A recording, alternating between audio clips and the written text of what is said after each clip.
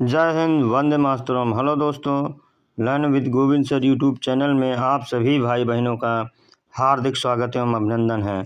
आज हम बात करेंगे दोस्तों कार्बन और उसके यौगिक 50 बहुत ही महत्वपूर्ण MCQ प्रश्नों का डिटेल सॉल्यूशन। आइए दोस्तों बढ़ते हैं हम। तो हमारा पहला क्वेश्चन है, कार्बन की संयोजकता कितनी होती है। प्रश्न कह रहा है कार्बन की संयोजकता कितनी होती है। ए विकल्प है 2, बी विकल्प है 3, सी विकल्प है 4 और डी विकल्प है 5। तो बताइए दोस्तों आप लोग कितना होगा। तो इसका सही जवाब हो जाएगा दोस्तों 4। कार्बन के बारे में आप लोग कुछ चीज़ें याद रखिए। कार्बन अधातु है। कार्बन क्या है? कार्बन अधातु है। कार्बन को हम लोग किससे दिखाते हैं? कार्बन को हम लोग C से दिखाते हैं। बताइए कार्बन का परमाणु क्रमांक कितना है, यानी पीरियोडिक टेबल में कार्बन कितने नंबर पे आता है? तो 6 नंबर पे आता है। अगला प्रश्न है, कह रहा है कार्बन किस प्रकार का बंध बनाता है। तो कार्बन किस प्रकार का बंध बनाता है बताइए दोस्तों। आयनिक बंध, सहसंयोजक बंध, धात्विक बंध या हाइड्रोजन बंध। तो किस प्रकार का बंध बनाएगा दोस्तों? तो बनाएगा दोस्तों सहसंयोजक बंध। कैसा बंध? सहसंयोजक बंध। हीरा और ग्रेफाइट क्या है? कार्बन के बारे में और कुछ चीज़ें याद रहे दोस्तों। एक वैज्ञानिक थे नील्स बोर। वैज्ञानिक का क्या नाम था? Niels Bohr. नील्स बोर ने क्या बताया? कक्षक के बारे में इन्होंने बताया। किसके बारे में बताया? कक्षक के बारे में इन्होंने बताया। इन्होंने के यल यम यन कक्षक के बारे में बताया। साथ ही इन्होंने ये कहा कि कक्षकों में मैक्सिमम इलेक्ट्रॉन 2, 8, 18 या 32 के रूप में भरे जाएंगे। 2, 8, 18 और 32 के रूप में। अगला सवाल है, हीरा और ग्रेफाइट क्या है। तो हीरा और ग्रेफाइट क्या है दोस्तों? हीरा और ग्रेफाइट ये क्या है? ये अपर रूप होते हैं। क्या होते हैं दोस्तों? अपर रूप होते हैं। हीरा क्या होता है दोस्तों? ये हीरा ये होता है चतुष्फलकी। कैसा होता है? चतुष्फलकी। और ग्रेफाइट कैसा होता है? ये षटफलकी होता है। हीरा सबसे कठोर पदार्थ है और हीरा के बारे में याद रखिए ये विद्युत का क्या है? कुचालक है दोस्तों। क्या है ये? विद्युत का कुचालक है। और जबकि ग्रेफाइट विद्युत का सुचालक है। बढ़ते हैं दोस्तों अगले प्रश्न में। हीरे में प्रत्येक कार्बन परमाणु कितने परमाणुओं से जुड़ा होता है? अभी तो हमने चर्चा किया दोस्तों। कितने परमाणुओं से? 4 परमाणुओं से। अगला सवाल है, ग्रेफाइट विद्युत का चालक क्यों है? ग्रेफाइट विद्युत का चालक इसलिए होता है मुक्त इलेक्ट्रॉनों के कारण। किसके कारण? मुक्त इलेक्ट्रॉनों के कारण। अगला सवाल है, निम्न में से कौन संतृप्त हाइड्रोकार्बन है? तो निम्न में से कौन संतृप्त हाइड्रोकार्बन है? तो निम्न में से संतृप्त हाइड्रोकार्बन क्या होता है दोस्तों? जिसमें सिंगल बॉन्ड होता है। कैसा बॉन्ड? Single bond. और जब डबल बॉन्ड होगा तो वो एथेन होगा। और एथाइन क्या होता है? ये ट्रिपल बॉन्ड। बेंजीन क्या होता है? C6 और H6, ये बेंजीन होता है। एल्केन का समान सूत्र क्या होता है? तो एल्केन का समान सूत्र क्या होता है? एल्केन का समान सूत्र होता है दोस्तों CnH2n+2। यानी हाइड्रोजन क्या होता है? कार्बन से दुगना से 2 अधिक। और CnH2n क्या होता है? तो ये होता है दोस्तों एल्कीन होता है। क्या होता है? एल्कीन होता है। और एल्काइन क्या होता है? ये एल्काइन होता है। ध्यान रहे दोस्तों, हम बता रहे हैं आपको इसमें कार्बन 1 होता है मेथ, कार्बन 2 होता है, कार्बन 3 होता है prop, carbon 4 but, carbon 5 pent, carbon 6 hex, carbon 7 hept, carbon 8 oct, carbon 9 non, carbon 10 deca या डेक होता है। तो इस प्रकार दोस्तों आप लोग इसको याद रखिए। एथेन का आणविक सूत्र क्या होता है? तो एथेन यानी हाइड्रोजन कितना होगा, कार्बन से दुगने से 2 अधिक। तो कार्बन से दुगने से 2 अधिक किस में है, तो सी विकल्प में है। अगला सवाल है असंतृप्त हाइड्रोकार्बन क्या होता है। तो असंतृप्त हाइड्रोकार्बन होता है डबल या ट्रिपल बॉन्ड। अगला सवाल एथेन में कौन सा बॉन्ड होता है, एथेन में डबल बॉन्ड। और ट्रिपल बॉन्ड किस में होता है, एथाइन में। किस में होगा, एथाइन में। अर्थात जहाँ आयन आए वहाँ क्या होगा दोस्तों, जहाँ आयन आएगा, क्या आएगा, आयन आएगा, वहाँ होगा ट्रिपल बॉन्ड। कितना बॉन्ड, ट्रिपल बॉन्ड। और जहाँ ईन आएगा, क्या आएगा, ईन, वहाँ डबल बॉन्ड। जहाँ एन आएगा, क्या आएगा, एन, वहाँ सिंगल बॉन्ड होगा। एल्कोहल का कार्यात्मक समूह क्या है। तो एल्कोहल का कार्यात्मक समूह क्या है, तो OH होता है। क्या होता है दोस्तों, OH। ये किसका है बताइए दोस्तों, COOH किसका है, COOH किसका है दोस्तों, COOH किसका है दोस्तों, बताइए आप लोग। तो ये होता है दोस्तों कार्बोक्सिलिक अम्ल। किसका होता है, कार्बोक्सिलिक अम्ल होता है। अगला प्रश्न है एथेनॉल का सूत्र है। तो एथेनॉल का सूत्र क्या होता है, एथेनॉल का सूत्र होता है C2H5OH।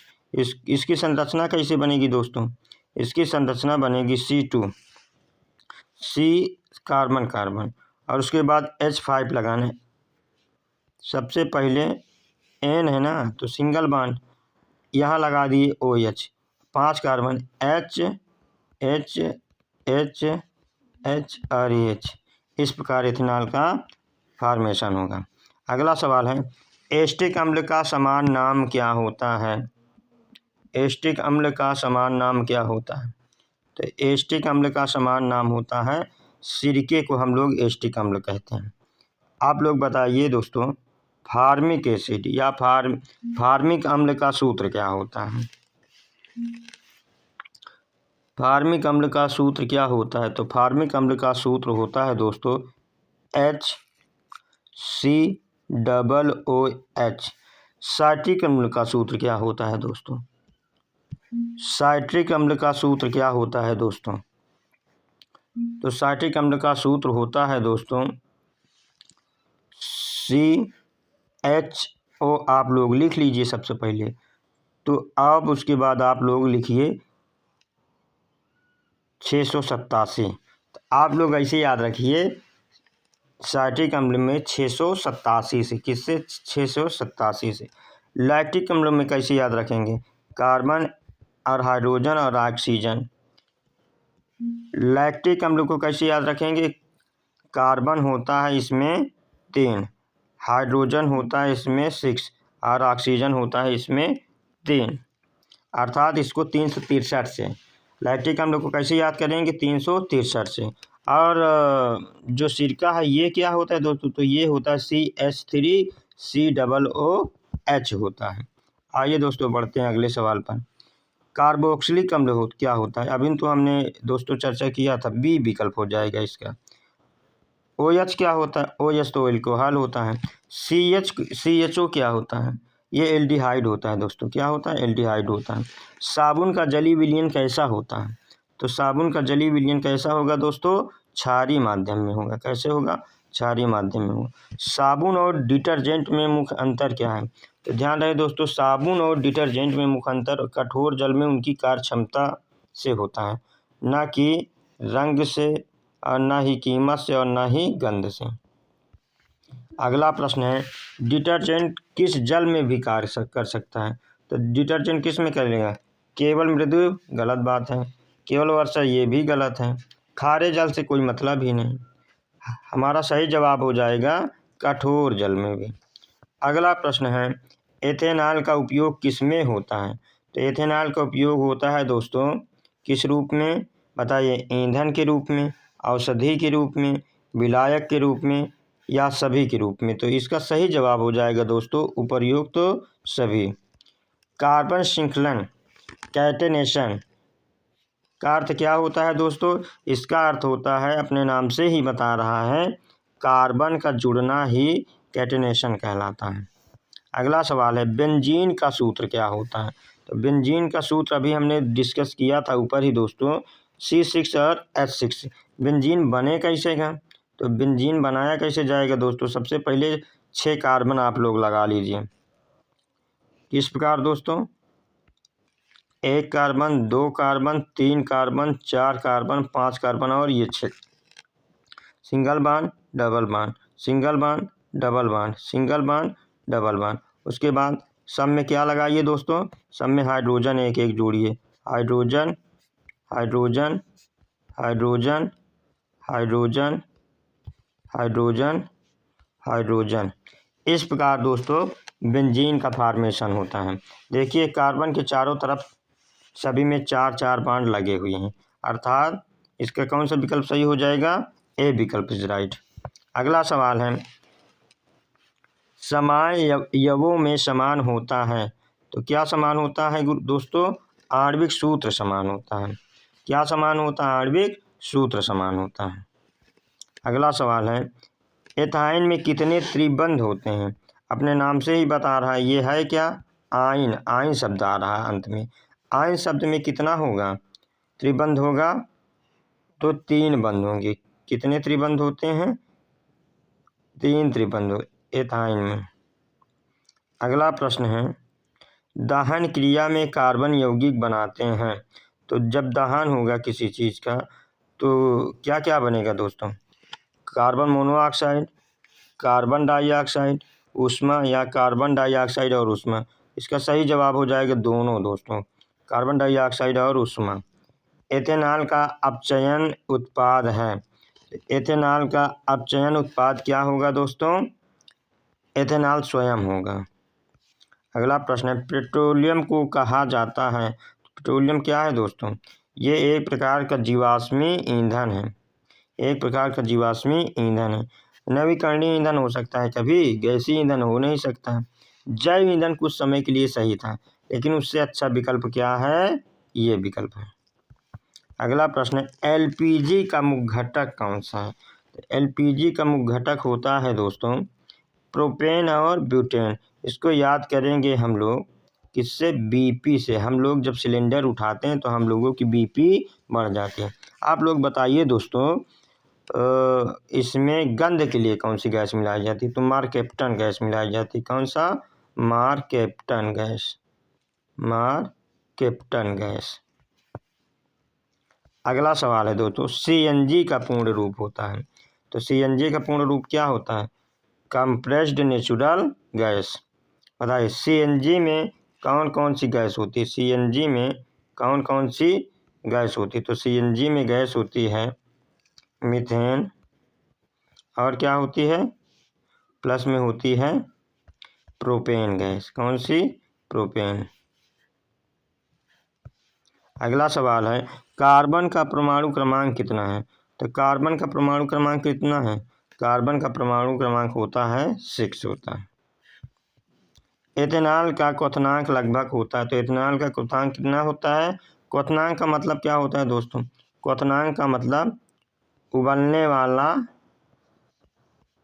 तापमान। उबलने वाला तापमान यानी बॉइलिंग पॉइंट। कौन सा? Boiling point. तो कितना हो जाएगा दोस्तों? 78 अंश। अगला सवाल है, डिनेचर्ड अल्कोहल में मिलाया जाता है। क्या मिलाया जाता है दोस्तों? मेथनॉल मिलाया जाता है। क्या मिलाया जाता है? मेथनॉल। अगला प्रश्न है, साबुन का निर्माण किस क्रिया से होता है? तो साबुन का निर्माण कैसे होता है दोस्तों? सैफोनिफिकेशन से। किससे होता है? सैफोनिफिकेशन से। आप लोग बताइए दोस्तों, साबुन बनाने के लिए किस तत्व की आवश्यकता होती है? साबुन बनाने के लिए किस तत्व की आवश्यकता होती है? तो साबुन बनाने के लिए हम लोग तेल अर्थात वसा, और क्या दोस्तों?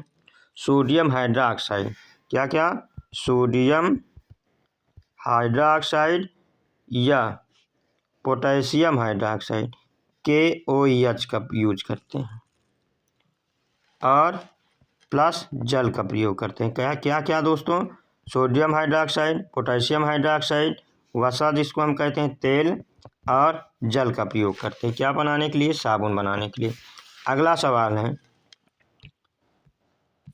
मेथनॉल को क्या कहते हैं? मेथनॉल को कहते हैं, ऑप्शन ए है लकड़ी की शराब, ऑप्शन बी है देसी शराब, ऑप्शन सी औषधि शराब, ऑप्शन डी एथेनॉल। तो मेथनॉल को हम लोग मिथाइल एल्कोहल भी कहते हैं। क्या कहते हैं?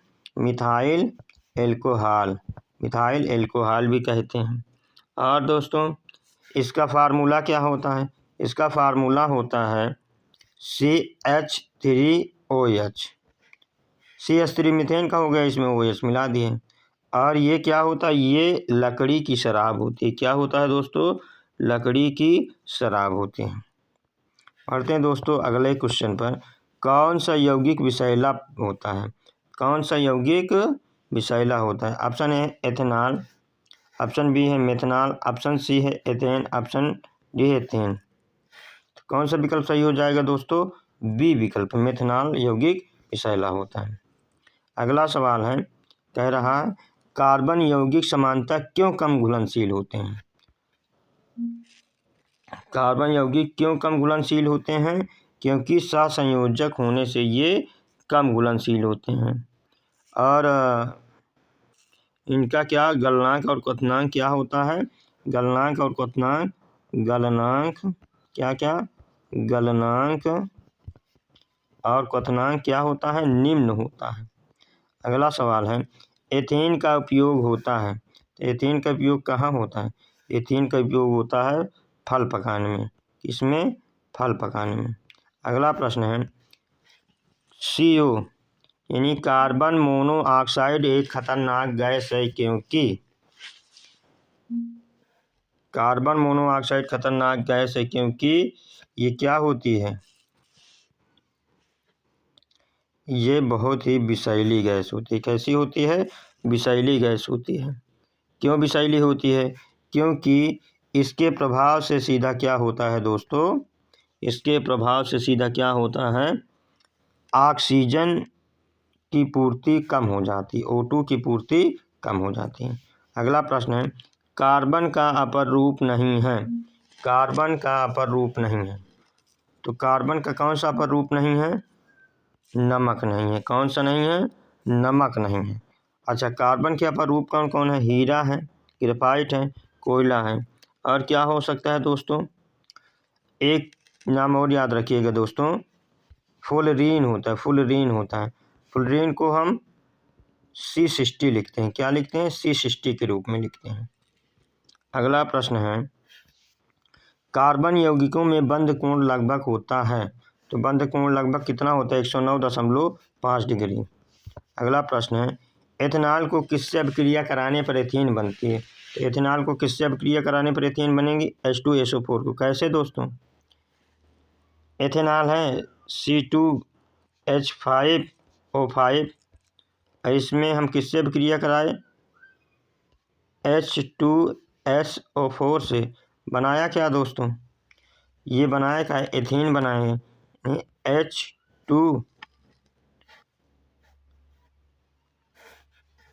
C2H4 plus O2 gas release हो जाएगी। तो सी विकल्प सही हो जाएगा। एस्टिक अम्ल का सूत्र है, एस्टिक अम्ल का सूत्र क्या है? CH3COOH। अभी तो हमने दोस्तों ऊपर चर्चा किया था इसके बारे में। ये किसका सूत्र है दोस्तों? HCOOH किसका फार्मूला है दोस्तों? ये फार्मूला है दोस्तों, अभी हमने बताया है आपको, ये फार्मिक अम्ल है। किसका है? फार्मिक अम्ल है, चींटी का डंक वाला। अभी हमने बताया था दोस्तों लैक्टिक अम्ल। लैक्टिक अम्ल का फार्मूला क्या होता है? CHO लिखिए और 363 लिख लीजिए। उसके बाद हमने बताया था आपको, क्या बताया था?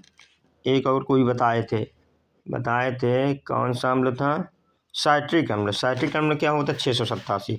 एस्टर की गंध होती है। एस्टर की गंध कैसी होती है? एस्टर की गंध होती है दोस्तों फल जैसी।